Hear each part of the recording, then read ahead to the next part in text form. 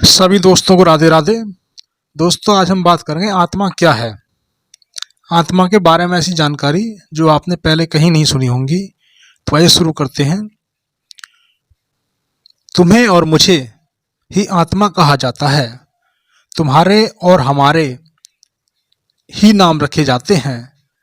जब हम शरीर छोड़ देते हैं तो कुछ लोग तुम्हें या हमें भूत आत्मा मान लेते हैं और कुछ कहते हैं कि उस उक्त आत्मा का स्वर्गवास हो गया।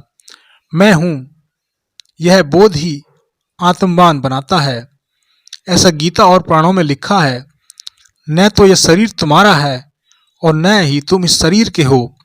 यह शरीर 5 तत्वों से बना है, अग्नि, जल, वायु, पृथ्वी, आकाश।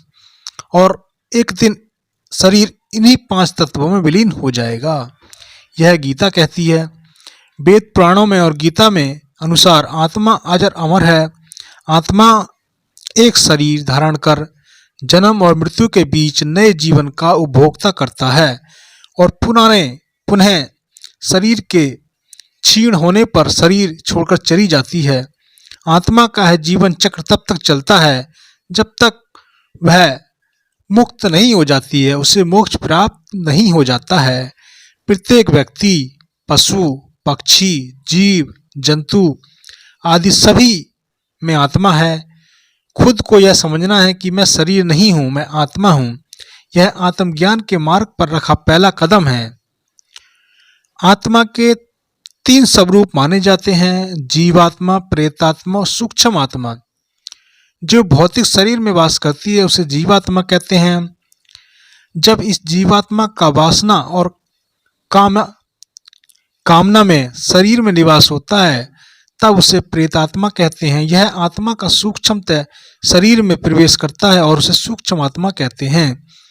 84 लाख योनियां, पशु पक्षी, मनुष्य योनि, जीवन यापन करने वाली आत्माएं मरने के बाद अदृश्य भूत प्रेत योनि में चली जाती हैं। आत्मा के प्रत्येक जन्म द्वारा प्राप्त जीव रूपी योनि को योनि कहते हैं। ऐसी 84 लाख योनियां जिन्हें कीट पतंगे, पशु पक्षी, वृक्ष और मानव आदि भी शामिल हैं।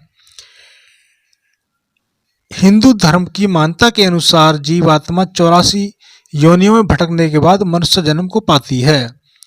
84 लाख योनियों के निम्नानुसार पेड़ पौधे 30 लाख, कीट पतंगे 27 लाख, पक्षी 14 लाख, पानी के जीव जंतु 9 लाख, देवता, मनुष्य, पशु 4 लाख, कुल मिला के योनियां 84 लाख होती हैं। शरीर साधारणतः वृद्धावस्था में क्षीण होने पर नष्ट होता है, परंतु बीच में कोई असामाजिक कारण अल्प आयु में शरीर त्यागना पड़ता है। जब मनुष्य मरने को होता है तो उसकी समस्त बाहरी शक्तियां एकत्र होकर अंतर्मुखी हो जाती हैं और फिर एक आत्मा सूक्ष्म शरीर से बाहर निकलती है। ये 9 द्वारों में से किसी न किसी द्वार से बाहर निकलती है, जैसे मुंह, नाक, आंख, कान। मृतक के लोगों के प्राण मलमूत्र मार्ग से निकलते हैं। योगी और सत्कर्म में रत आत्मा ब्रह्मरंध्र से प्राण त्याग करती है। मृत आत्मा स्थूल शरीर से अलग होने पर सूक्ष्म शरीर में प्रवेश करती है। यह सूक्ष्म शरीर ठीक स्थूल शरीर की ही बनावट का होता जो दिखाई नहीं देता। खुद मृत आत्मा को भी इस शरीर के होने की बस अनुभूति होती है, लेकिन कुछ आत्माएं शरीर को देख पाती हैं। इस मृतक शरीर को देखना बड़ा ही आश्चर्यजनक होता है और लगता है कि मेरा शरीर कितना हल्का हो गया, मैं हवाओं में पक्षियों की भांति उड़ सकता हूँ। स्थूल शरीर छोड़ने के बाद आत्मा अपने मृत शरीर के आसपास मंडराता रहता है। उसके शरीर के आसपास एकत्रित लोगों को कुछ वह कहना चाहता, लेकिन ना उसे कुछ सुनाई देता, ना वो कुछ कह पाता है। मृत आत्मा खुद को मृत नहीं मानकर अजीब से व्यवहार भी करता है। वह अपने अंग प्रत्यंगों को हिलाता जुलाता है, हाथ पैर को चलाता है, पर उसे ऐसा अनुभव नहीं होता कि वह मर गया। उसे लगता है कि शायद यह सपन चल रहा है, लेकिन उसका यह भ्रम मिट जाता है। तब वह पुनः मृत शरीर के घुसने का प्रयास करता है, लेकिन उसमें वह सफल नहीं हो पाता। जब तक मृत शरीर की क्रिया होती है तब तक वह जीव बार बार उसके शरीर के पास मंडराता रहता है। जला देने पर वह उसी समय निराश होकर दूसरी ओर मन लगाने लगता है, किंतु गाड़ देने पर वह शरीर मोह माया में नहीं पड़ा रहता है और बहुत दिनों तक इसके उधर घूमता रहता है। अधिक मोह के कारण बंधन से अधिक दृढ़ता से बंधे हुए मृतक प्राय शमशानों में बहुत दिन तक चक्कर काटते रहते हैं। शरीर की ममता बार बार उधर खींचती है और वो अपने को संभालने में असमर्थ होने लगते हैं। उसी कारण आसपास रहते हुए भी कई दिनों तक शरीर की अपेक्षा परिजनों से अधिक मोह करते हैं और मरघटों के स्थान पर प्रिय व्यक्तियों के निकट रहने का प्रयत्न करते हैं। पुराणों के अनुसार जब भी कोई मनुष्य मरता है या आत्मा शरीर को त्याग कर यात्रा प्रारंभ करती है तो इस दौरान उसे 3 प्रकार के मार्ग मिलते हैं। उस मार्ग को किस प्रकार पर चलाया जाएगा यह केवल उसके कर्मों पर निर्धारित होता है। 3 मार्ग यह हैं: अचित्रधाम, धूम मार्ग और उत्पत्ति विनाश मार्ग। अर्चित मार्ग ब्रह्मलोक और देवलोक की यात्रा के लिए होता है, वहीं धूम मार्ग पृथ्वीलोक की यात्रा पर ले जाता है और उत्पत्ति मार्ग विनाश मार्ग नरक की यात्रा के लिए है।